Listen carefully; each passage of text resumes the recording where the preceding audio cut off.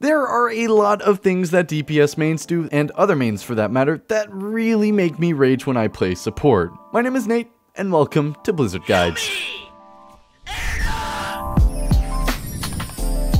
Hopefully you guys can learn a little something from this video, even if you don't play DPS. It still should be pretty useful. I'm obviously going to give you guys some great examples, but I'll also be teaching you a little bit as well, so that you don't become that annoying ally DPS and turn into that annoying enemy DPS. But before we get into the video though, be sure to check out our Discord on your way out. If you've got any questions about this video, or you just want to meet some other Overwatch players, go click the link in the description down below. Anyway though, let's hop into this video.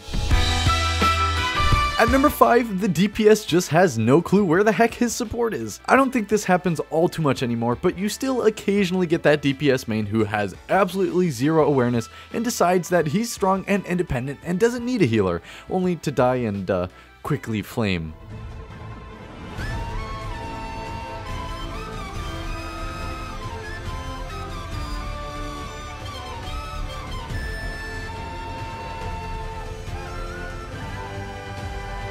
Please, if you're a DPS player, just don't do this. I don't play as much support as I used to, but when I do, this is probably one of the most annoying things on the planet.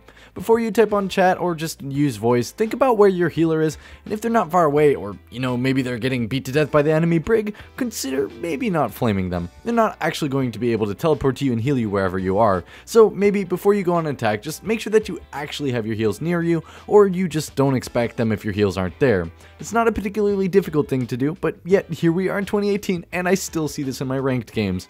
I understand that sometimes your support is gonna miss shots, but there's still no reason to flame, unless it's a consistent thing. Just don't blame your support the first death that you get.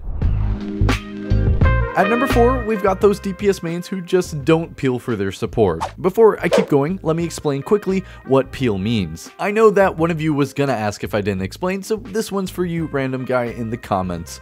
Peeling is just basically protecting or helping your ally out. So if you're peeling for your support, you're just using resources to try and keep them from dying. So it's either healing allies, stunning enemies, killing enemies, or just providing a way for your ally to escape, something like that.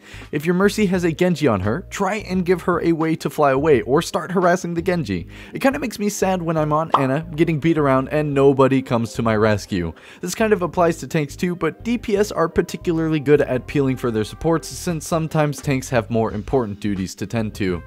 If you're a DPS and your support is dying a lot, maybe it's not your support's fault and nobody's actually trying to kill the person killing your support. Obviously, there are cases when your Moira suddenly thinks that she can 1v6 the entire team, but in those cases where your Moira is actually behind your team and still dying, you probably should be peeling for your support. If you're that guy on support getting destroyed by the enemy DPS, you can either go a different support that can escape a bit better, or you can just ask a specific team member if they can stay back a bit to help you out. So if you have a tracer harassing you, maybe your McCree might be able to help you out, that kind of thing. At number 3, it's those DPS mains who complain about solo heals. Dude, you're playing Genji with a Hanzo and a Widow on your team, and you get mad at me for playing support? I mean, if you want 2 healers, just go heals, otherwise just don't ask. Like, I understand that you might not be familiar with other healers, but really, you've had 2 years to pick up 1 healer.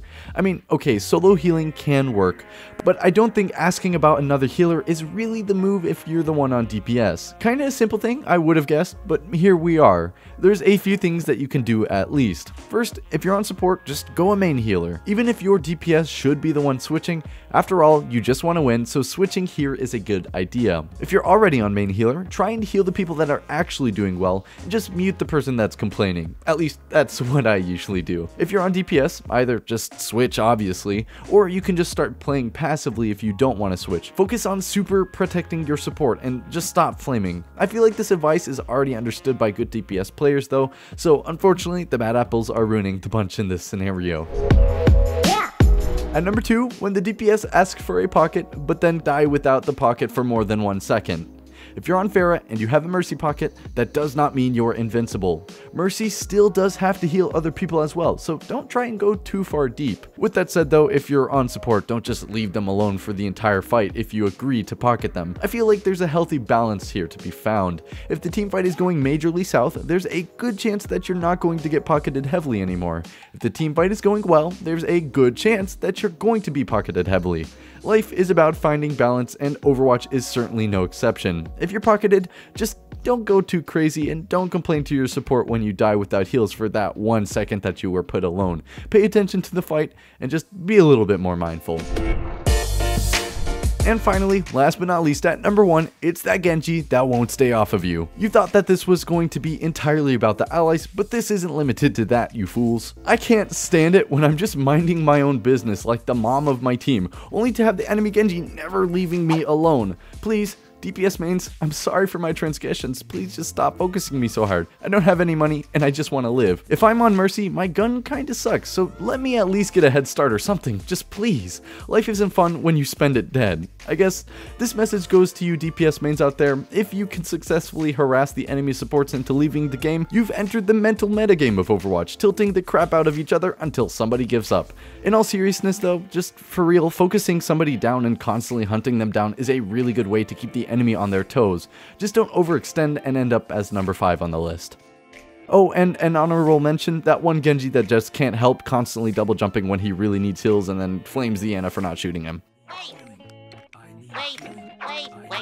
Hold him still. Wait. Ouch. Anyway, I hope you guys enjoyed this video. It was a bit more of a fun one, a bit more different than the normal things that we do here, but I hope you guys enjoyed it. If you did, feel free to drop a like and let me know why in the comments down below. If you didn't like it, also feel free to let me know why in the comments down below. I really appreciate your guys' feedback. If you guys want to join the Blizzard Guides community, be sure to check out our Discord and our Twitter and our Instagram. The Twitter is at Blizzard_guides and the Instagram is at Overwatch.guides. So if you guys want to see the latest updates about the channel, you guys should definitely check those out. If you want to see more tips and tricks videos just like these, or you want to see our Twitch weekly highlight videos, you can get subscribed and notified so that you never miss an upload. Anyway, I hope you guys enjoyed this video. Have a nice day. My name is Nate, and this was Blizzard Guides.